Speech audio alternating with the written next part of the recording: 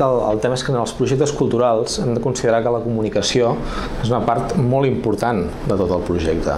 És a dir, tradicionalment hem considerat que els projectes culturals, on hem centrat molt els esforços en la creació, en la producció, en la gestió del propi projecte, però a vegades no hem tingut prou en compte la importància de que aquest projecte arribi al mercat, arribi als seus destinataris, arribi al seu públic. És a dir, la cultura necessita que els mitjans de comunicació se'n facin ressò. Y yo creo que en un tema de comunicación hay que usar varios tipos de mecanismos, ¿no?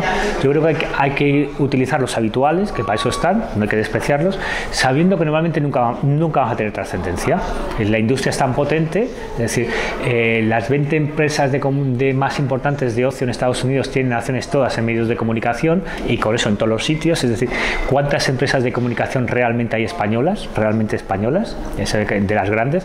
Entonces, ahí es muy difícil que salgas, pero hay que intentarlo. Un poco nuestros criterios también vienen derivados de nuestros clientes, que son los medios de comunicación, que es aquello que vemos cada día reflejado en las televisiones, en las radios, en la prensa escrita. Las exposiciones, por ejemplo, es un producto que se vende muy bien.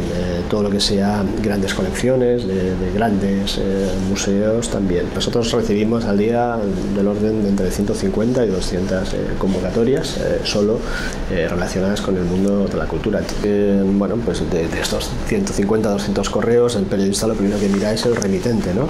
Si ese remitente es una fuente, una institución, una empresa, un consorcio que le merece confianza y fiabilidad, pues evidentemente serà d'esos correus que va a abrir i que se lo va a mirar con más atención. Si parlem d'estratègia de comunicació en el sentit de dir a on volem estar presents, nosaltres volem estar presents a tots els mitjans de comunicació a entrada especialitzats. Aleshores, la manera d'estar presents en aquests mitjans de comunicació pot ser de diverses maneres. Un és a base de convenis amb el mitjà de comunicació, o també tenim un altre sistema que és el sistema d'ajuts indirectes.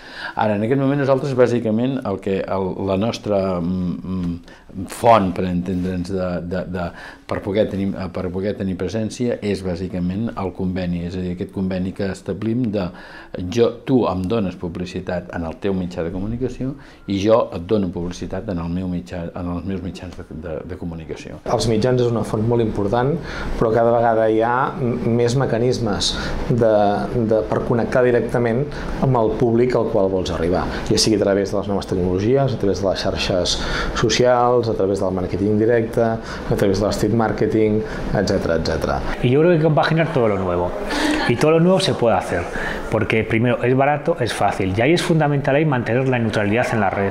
Eso es muy esencial, es decir, ese es el gran peligro, es la gran pelea, es decir, que te quieran controlar lo que estás haciendo. Jugar perfectamente con los 2.0 que te cuesta poco, jugar con las redes sociales y jugar con toda la movilidad. Que tú tienes que hacer la comunicación no solo cuando a ti te interese, la comunicación hay que hacerla siempre. Moltes vegades, quan una cosa no surt,